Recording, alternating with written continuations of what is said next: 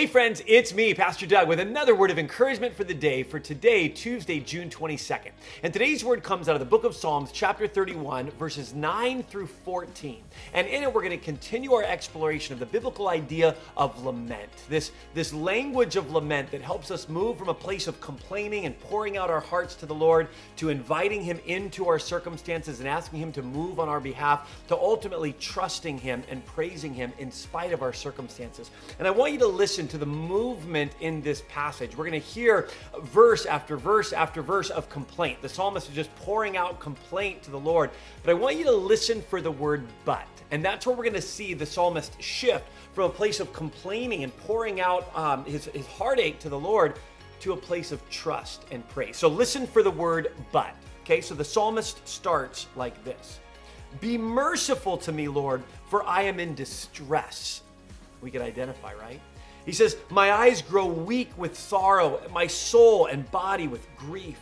My life is consumed by anguish, and my years by groaning. My strength fails because of my affliction, and my bones grow weak. I mean, you can just hear the heartache in the psalmist. You can just hear the pain and the suffering sort of coming out in this lament.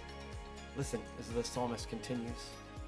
Because of all my enemies, I am the utter contempt of my neighbors, and an object of dread to even my closest friends. Those who see me on the streets run away from me.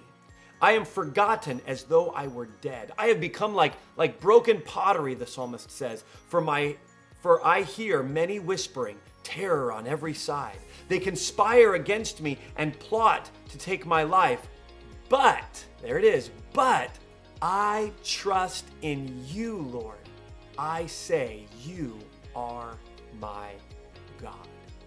Friends, I love this because this psalm gives no indication that the circumstances have changed at all. Yet, in the middle of the psalmist's circumstances, the pain, the suffering, the heartache, the rejection, the psalmist pours out his heart, and yet in the middle of that is able to, with all honesty, with all authenticity, with all genuineness, with all reality, the psalmist is able to still, in the middle of his circumstances, turn to the Lord and say, Lord, I will trust you.